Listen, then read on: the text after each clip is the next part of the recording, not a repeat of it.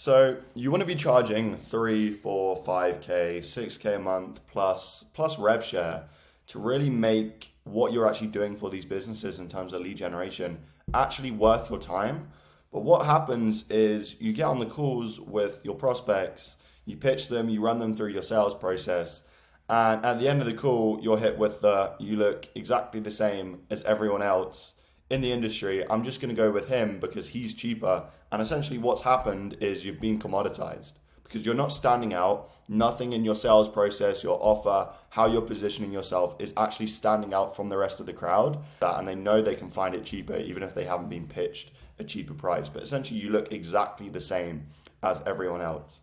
And I'm going to walk you through the 4 steps that I've taken to personally move away from looking like everyone else in terms of lead generation and how I was able to charge 5, 6K a month for essentially what was at its core just lead generation, but I added more to the offer and I added more to my positioning so I could charge these higher prices. So let me run you through how they look. So the first one is, this comes under a 2-call sales process, but the first one was a good discovery. So what this allowed me to do was essentially run them through a good discovery with no pressure, because I knew on this call, I wasn't pitching them anything. I wasn't hard closing them. I didn't have to worry about how I was going to present myself with the pitch later in that call. I knew that I could simply just lead with value and lead with the intention of genuinely helping this prospect, because that's what I was doing across this singular call. So on this call, I would simply understand exactly where they were right now, where they wanted to get to, and anything that stood in the way of them bridging that gap. And here's how my script looks. So essentially what I'd do is, before the call, I'd understand as much as possible about the business owner. So I'd understand the services that they offered, any niche they served, founding story, case studies, everything like that. I'd log it all in my sales tracker, so I knew beforehand exactly who I was pitching and I understood as much as possible about them. 10 minutes before the call, I'd do all of these things. I'd release all my judgments about the prospect. I've no idea how qualified they are. Focus on diagnosing, not closing. Remove all of my distractions. Invite Fathom onto the call, so it's a note taker, recorded all my calls. And I really just understood that all I was doing on this discovery call was just basically sniffing out the pain. And once I found some of that pain, I'll just dig it out as much as possible and expose it, get all that nasty stuff out. And I knew the more that I dug into that pain, then the more I could leverage that pain when I was building the custom proposal and make them more likely to buy. So this was essentially what I'd say. So I'd position it as, thank you for taking the time to chat. I really appreciate it. I'm sure you're going to want to know about how everything we do works. But in order to get that, I just need to ask you some questions about X, Y, and Z. If it looks like we're going to be a good fit, I'll share some information about what we do, and then we can have another chat where I can present you with a custom proposal. So it's really setting it up for a 2-call close with that frame, and it's essential to get that frame correct.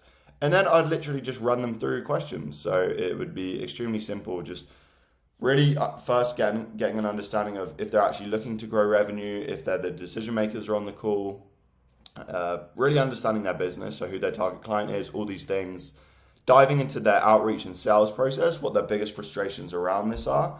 I'm not just running through the questions, I'm actually having a conversation with them and then making sure to get all of the key information as well, whilst rooting out that pain as well, which is extremely important. Getting involved in their sales process, really understanding that, understanding their financials, where they want to be. And this is really important, it's not really talked about too much, is the cost of staying the same and why now? Why is now the time to put in place a solution to solve this problem? What would be the implication of not solving this problem? And then I'd run them through checkpoints. I'd run them through what the intent is like, so urgency, things like that. Get an understanding of their budget, things like that. And that would be really simple. So the discovery phase is extremely important when you're charging these higher amounts for lead generation, because no one's doing that. None of your competitors are actually really diving in deep to the prospect's business and getting a great understanding, and then taking the time to build out a really nice in-depth proposal, which is clear that they're not just copy and pasting for everyone. It's actually tailored to what that exact prospect needs. So the next phase was a custom proposal using Discovery Insights. So after you've conducted that discovery call, I'd go ahead and say something like, I'd explain how our service worked at like the three core pillars, so at a high level.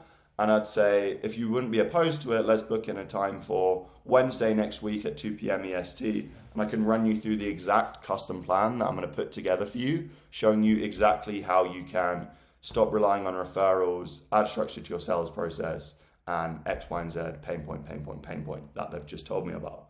So I want to preface this by saying if you are initially just getting your feet wet and you do want to charge 2, 3, say 1 to 3K a month, and you already have done sufficient market research, you've got a good insight in terms of the niche you're serving, you've got a good insight in terms of your offer already, it makes sense to do a one-call sales process. This is a slightly more advanced sales process when you really want to just add that level of sophistication to your sales process and charge those high retainers of 4, 5, 6K a month plus with rev share over a long month period as well. So yeah, custom proposal using Discovery Insights. This is extremely important. So I'm actually pulling up here a example of a custom proposal that I made for a company's department in North America. And I've had to remove the company name. Every time I've mentioned their company, I just changed it to say company name. But this was it. So I had 2 discovery calls, like both about 40 minutes with this company. They were doing, I think collectively across their whole board, so across every location that they had in every country, I think it was maybe 15 million in annual revenue. And I was specifically helping their North American department here. So I said here, this is how I titled the proposal, how Sales Lead, our B2B lead gen agency, plans to help company names scale to 3.7 million a year within the next 12 months, building out a robust outbound machine, adding structure to the sales process, and making the company known as an authority in North America, because that was their biggest pain point. They had success in the other countries, but they wanted to replicate that success in North America, but they just didn't understand the market and they lacked their expertise in how to do that. So what I put together was a plan of where they are now, where they want to be. So basically just showing that I understood their current state, their desired state, and I'll just run you through what this looked like. So I'd essentially just list out everything that they told me about their current situation. So they had a lengthy sales process with no clear structure. They had success in Brazil and Europe, but they weren't documenting their case studies in the US. They had low brand recognition there, so they found it really hard to come across as an authority. They found it hard to communicate their offer because their sales process was disorganized. They didn't even understand who they were targeting, and they really were mismatching that expectation there with what their prospects expected. They were just mainly getting referrals. They didn't have a strong lead generation strategy at all. They didn't have any. And they were relying on few clients for a lot of their revenue. And it was quite unpredictable for them. Then I'll just basically go over where they wanted to be. So showing my understanding of their desired situation. So you can pause and look at what I outlined here. It's essentially just showing understanding in these stages, and then insights in terms of what they can expect. So I basically built out a list of things that they could actually expect and things that they'd get from working with us, and basically encapsulating the whole custom proposal and what this would be going over. So again, you can see this, it's increased revenue and profits within 2 months, a complete acquisition process, a go-to-market messaging strategy, and basically realignment of their offer, and then a lead generation system, a proven sales process, and then helping them with the creation of case studies and sales assets. So you can see how this is more than lead generation already. This isn't just me saying we can get you 10 to 20 qualified appointments every single month. This is a lot more than that. This is tailored for them. There's more going into the offer because it's suited to what they actually need. Business owners don't just need leads. You can get to, 10, 20K a month just providing leads. But if you want to charge these higher retainers, once you get to a more advanced stage, you need to start adding more dependent on what that client actually needs, because clients need different things. Not every client that you're working with is the exact same, and you can build out a custom solution, charge more money, and serve each client you have in more depth. And then I'll just run them through the 3 core pillars of my offer. And those would be optimizing the messaging. So basically I'd go over everything that they could do for market research, target client, everything like that. Just show them how I do market research to understand their target clients, goals, etc. Crafting their offer, so making sure they had a good understanding of that. Run them through like a value proposition sheet, show them how they could break into the US market effectively. I'd basically be linking everything that I'd be saying in here into their pain points. And yes, I'd have like a general framework of how I'd structure every custom proposal based on insights that I knew about my niche. And then I could just go in here whenever I had those insights and I was building out a proposal for a specific prospect, and I could just alter it depending on the insights that I'd got and make it truly custom for them. So I'd basically hop into Fathom, I'd look through the transcript, I'd make a note of all the pain points, desires, goals that this prospect had that they shared with me on the discovery call. And then I'd tweak the sort of master proposal sheet that I had and make it custom for each client. And then I'd go into video case studies, etc., how we could leverage this as content for them and basically increase their presence in the US. Just show them how this would all look. It was extremely simple. So this was the next one. It was just building an outreach engine essentially for them. So again, like, you didn't have to overcomplicate it. 10 to 20 qualified opportunities, because this is just one aspect of the service, with forward-thinking decision makers of $30 million a year brands. So they wanted to target medium-sized US businesses. So I literally just go over exactly how the email outreach system would work. Again, I didn't overcomplicate this. I highlighted how my insights were in terms of speaking to medium-sized US businesses and how I could apply that to their outbound system. I basically showed them how knowledgeable I was about the marketing agency landscape and showed them that implementing an outbound system would put them in the top 5% of agencies and top 1% of agencies when actually doing this correctly. I compared how crappy outbound agencies do it and how good outbound agencies do it, the old way and the new way. I talked about my skill set, so just showed some examples of meetings that I booked for clients. I went over what they can expect, so just gave them like a clear ROI on what would happen, client feedback on email campaigns, everything like that, and just basically ran them through what it would all look like. Again, third part of the process was just going through sales efficiencies. So I'd show them exactly how they could add structure to their sales process with pre-call flows, everything like that, nurturing the prospect, and basically systemizing their sales process, because they had very unclear structure in terms of how they were structuring it. So like implementing all these things, I've walked them through how necessary they all were, give them an overview of what the sales process would look like, everything like that. Coaching and collaboration. Again, you can pause this and have a look at what this was like. Next steps, so I'd run them through what their options were from here, so they could hire a lead gen agency, which is something that we were trying to distance ourselves from, because you have a lead gen agency and then you have someone that does a lot more, and you can call yourself something different. So hire a lead gen agency, attempt to bring this in-house yourself, continue doing what you're doing, work with her or work with us. That's the last option. And then I just simply walk them through a revenue growth projection, so how much would actually be adding to their business through some simple targeting on Apollo.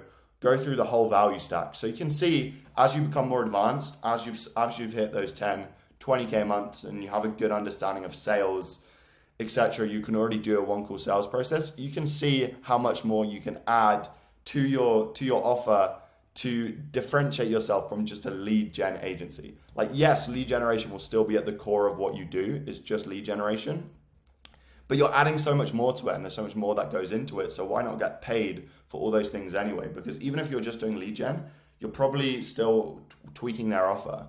You're probably still assisting them a little bit on sales. So why not actually build this into your value stack? So you can see how much more powerful this is than just we'll add 10 to 20 appointments on a pay on results basis to your business.